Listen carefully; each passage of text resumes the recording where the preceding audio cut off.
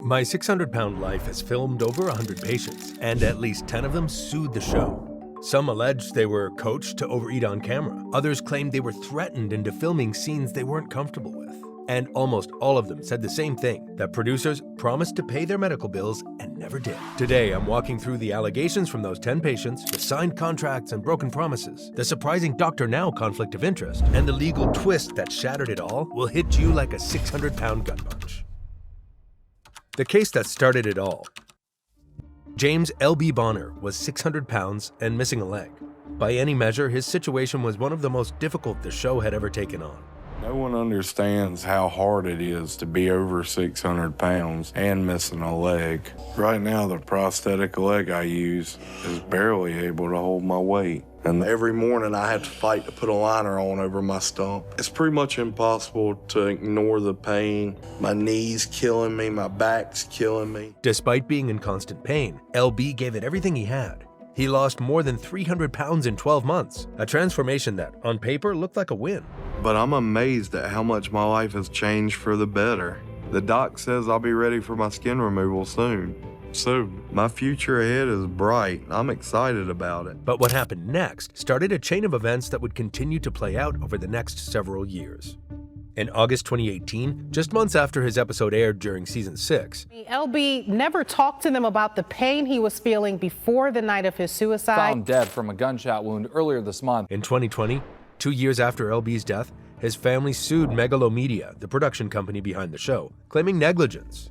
According to the lawsuit, the aftermath of LB's journey was even worse than what was caught on camera. The rapid weight loss left his teeth loose, and some fell out completely. His vision deteriorated, and he was in constant physical decline. And while his body was falling apart, he was being hounded by debt collectors, because Megalomedia had allegedly promised to cover his medical bills and never did. And all these, his family argued, contributed directly to his death. Megalomedia didn't engage the medical bills claim on its own terms at all. They rejected every claim as false and without merit, and pivoted to blaming LB. In their legal response, the producers argued that LB's injuries were caused by his own negligence. That essentially, whatever happened to LB, he'd brought it on himself. This wouldn't be the last lawsuit against Megalomedia. 9 more patients filed suits against the show, which would eventually be consolidated into one major lawsuit. But to make sense of it, you first need to understand who the patients were really up against. Megalomedia, the family connection. There's something about this show most viewers don't know. My 600-Pound Life airs on TLC, but TLC doesn't produce it. The show is made by a company called Megalomedia. And here's where it gets interesting. Megalomedia is owned and run by Jonathan Navzaradan, Dr. Now's son. Think about that for a second. The doctor treating the patients and the production company profiting from filming them are effectively the same family. There is no independent oversight sitting between the two. No neutral party was there to ensure that the financial interests of the production company didn't undermine the best interests of the patients and the healthcare they should receive. That conflict of interest is clear. What makes for good TV and what's best for someone recovering from life-changing surgery are not always the same thing. Dr. Now is the physician. His son's company controls the cameras, the contracts, and the money. The patients, most of whom are desperate, vulnerable, and in serious medical need, are caught somewhere in the middle, often without fully understanding the contract they've signed into. The contracts. When patients agree to be on the show, they sign a talent agreement contract. For years, no one outside the contract knew exactly what it said, until the lawsuits forced it into the open. Participants reportedly received a flat fee of $1,500 for the entire shoot, which could stretch across 6 to 12 months of filming, plus a $2,500 stipend for anyone who had to relocate to Houston. The plaintiffs say they were verbally promised more, that the company would cover their medical bills and provide mental health support. But the contract said the opposite, in capital letters, that Megalomedia cannot and will not take responsibility for their medical bills, and that nothing promised verbally could override what was on the page. For someone who's 600 pounds and out of options, a promise to pay for medical bills, surgery, and mental health support feels like a lifeline. And when you're that vulnerable, you don't argue over fine print. You sign what's put in front of you. But according to the plaintiffs, the hardest part came later, in what producers expected once filming was underway. At some point in almost every episode, there's a shower scene. One could argue it was a creative directorial choice, a way to show just how difficult daily life had become. But Gina Crassley's lawsuit filed in February 2020 suggests it was something else entirely. Gina was one of the first patients to file after LB's family. Her claim cut to the core of it. She didn't feel free to refuse those intimate bathing scenes. If she did, she'd effectively be walking away from the show and the surgery, the one thing that could save her life, and that's the leverage she said the production held over her. Saying no to that exposure never felt like a real option. Gina also alleged that producers actively encouraged her to eat large amounts of food on camera to fit the out-of-control narrative the show was trying to sell. But here's where it gets complicated, because her episode told a very different story from her claims. For Gina, basic hygiene wasn't a priority. She admitted she only bathed when her family complained about the smell. I wake up every day to the same miserable experience. Except on the days where I'm forced to take a bath, which I really hate doing. But I try to avoid it as much as I can. In one scene, she steamrolled her wife, who was trying to cook a healthy meal, just to get takeout instead. And when she was finally cleared for surgery after all the drama and the missed goals, she gained weight. You started making some progress and moving in the right direction, but you showed me today that you're not sticking with it like you need. So I'm canceling your surgery, and we're not moving ahead with that today. Dr. Now had to cancel her surgery at the last minute. So did the producers force her into situations that made her look bad? Or did they simply film what was already there? Similar to Gina's allegations, David Bolton also claimed that he was actively coached by producers to eat more on camera, to deliberately fit the show's narrative. He sued for $1 million and also claimed Megalomedia promised to cover his medical bills and backed out entirely. What makes this lawsuit more complicated is that David actually put in the work. He made genuine progress with his weight loss journey. Between him and his brother Benji, they lost a combined total of 600 pounds, numbers that impressed even Dr. Now. All right, David, you're almost half of the person you were before. Oh, yeah. Well, you've done good, and keep losing weight, and within a few months, you'll be ready for some excess skin removal. Sounds good. He wasn't depicted as someone resistant to change, which is exactly why his allegations about being coached and then abandoned land differently than some of the others. If you've reached a positive verdict and are enjoying my videos, please take a quick sec to subscribe to my channel and hype this video. It really does help small creators grow. Okay, thanks. Back to it now with a lawsuit of a more delicate nature. Destiny Lachey's allegations filed in 2020 weren't about food or hygiene or surgery. They were far more personal than that. I've been through a lot being transgender and gay, being picked on a lot, and just growing up, just struggling and just not being able to find a good job and stuff. And the loss of my brother is where I really picked up a lot of weight. As the show's first transgender cast member, Destiny claimed producers showed deliberate disregard for her gender identity throughout filming, which intentionally inflicted emotional distress. She also claimed they exploited her while she was grieving her brother's death. But in spite of her claims, Destiny had lost more than 500 pounds throughout her weight loss journey and was widely considered a success story. Sadly, that label was short-lived. In February 2022, Destiny passed away before any of it was resolved. Those closest to her believe it was self-inflicted, but I can't say for sure. When the cameras arrived to film Jean Covey, she was over 600 pounds and living in rural Texas with her mom, Barbara. Jean had barely lost any weight by the time her episode concluded. In fact, by the 6th month of her journey, after the sudden death of her father, she stepped away from Dr. Now's program. But that wasn't the end of her story. Jean would later return for a Where Are They Now episode, where she finally underwent the surgery she'd come for. What the cameras left out, and what only surfaced later in her lawsuit, was that the return may not have been her choice. According to her lawsuit, the producers refused and threatened to sue them if they didn't keep filming. But Jean's lawsuit stood out for a specific reason. She didn't just claim producers broke promises about her own medical bills.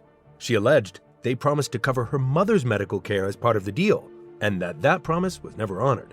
You see, during the filming of Jean's episode, her mother fell critically ill, and Dr. Now intervened.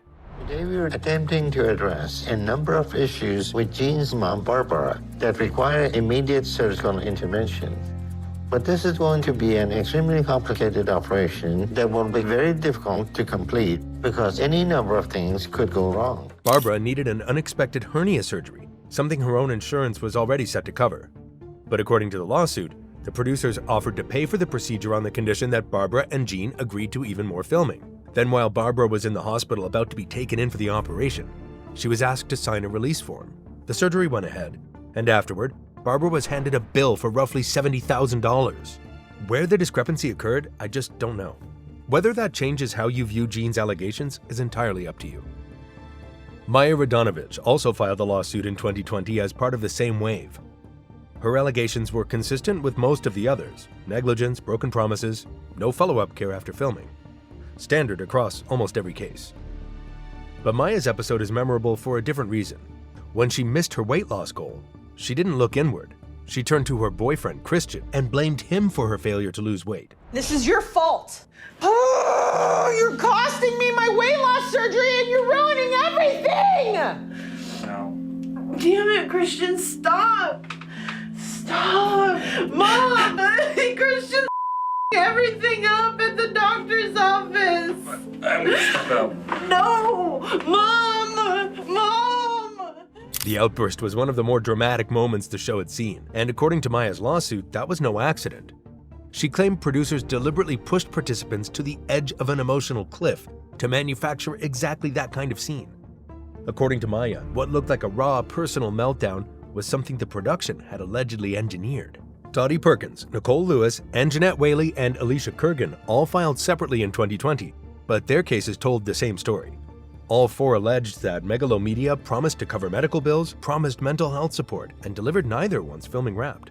Their episodes each played out differently, different levels of effort, different relationships with food, different attitudes toward the process, but their lawsuits told identical stories.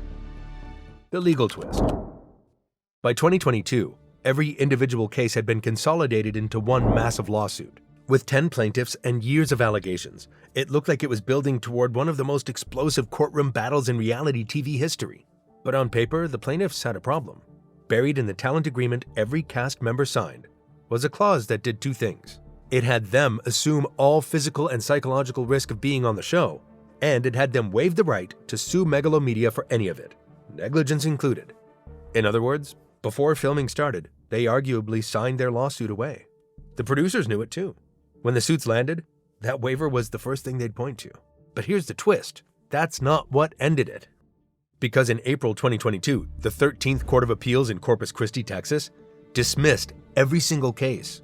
Not because the allegations were unfounded, but because of a procedural technicality so specific that most people outside of law school would never see it coming. Here's what happened. The court ruled that the plaintiff's claim fell under the Texas Medical Liability Act, a law designed for healthcare-related cases, and under that law, plaintiffs are required to file a detailed expert medical report within 120 days of filing their lawsuit. The plaintiffs' lawyers missed that deadline. And in Texas, missing that deadline isn't a minor error you can correct. It's a mandatory dismissal. Megalomedia had stacked other defenses too, and one of them was unsettlingly clever. It was a way to turn the patient's own lawsuit into a trap. They invoked Texas's anti-SLAPP law, arguing that My 600-Pound Life was protected creative speech on a matter of public concern. If a court agreed, the burden of proof would flip entirely onto the patients. They'd have to prove their entire case up front with clear and specific evidence, while the law simultaneously froze discovery, cutting them off from the very depositions and internal documents a case like this depends on. Basically, it was a mechanism that could force the plaintiffs to prove everything while denying them the tools to prove anything, with Megalomedia's legal fees as the penalty for failure. But ultimately, the patients and their claims never got their day in court. The entire lawsuit was thrown out. But the court of public opinion, on the other hand, still has plenty to say about it. What do you think? Were these patients manipulated and thrown away by a greedy production company that prioritized ratings over their well-being? Or were they simply vulnerable individuals who struggled with addiction, accountability, made difficult choices, and found it easier to assign blame than accept responsibility? I'll leave that one entirely up to you. Drop your verdict in the comments. The doctor's lawsuit. Although all of those lawsuits were aimed at the production company, Dr. Navzaradan himself wasn't entirely untouched. 10 years earlier, Dr. Now was sued directly. In 2012, a patient named Michelle Park sued him for malpractice, claiming that during a gastric procedure, the surgeon left a piece of tubing nearly 7 inches long inside her body. According to her suit, it went undiscovered for almost 2 years until it punctured her colon, costing her part of the organ. Park was never on My 600-Pound Life, mind you. This was a suit against Dr. Now, the surgeon, not Dr. Now, the reality TV star. But in 2013, Park abruptly dropped the lawsuit, and to this day, no one outside the parties knows why. Some assumed a quiet settlement, sealed under a non-disclosure agreement. Dr. Now told one outlet the opposite, that the case was dismissed because he wasn't the one who left the tube in. Tube removal is typically the anesthesiologist's duty. There were even fan theories that Megalomedia paid to make the lawsuit disappear before it could damage the reputation of the newly minted TV star, as My 600-Pound Life's first season had just aired. Settlement, dismissed, or something else, the truth never became public. As of 2026, Dr. Now has 0 disciplinary marks on his Texas Medical Board profile. He remains a licensed physician in good standing, and in fact, he's one of the only surgeons in the country who's willing to operate on high-risk patients over 600 pounds. My 600-Pound Life sold itself as a show about second chances. And for some patients, that's exactly what it was. But for the 10 people in this video, the journey didn't end on a high note. It ended in tragedy, heartache, and a lawsuit. One that never got its day in court. Whether the producers failed these patients or they failed themselves is up to you and the court of public opinion to decide. To see some of these patients' journeys in more detail, check out these playlists. From heartbreaking and unforgettable to transformation and redemption, I've got something for you coming right up.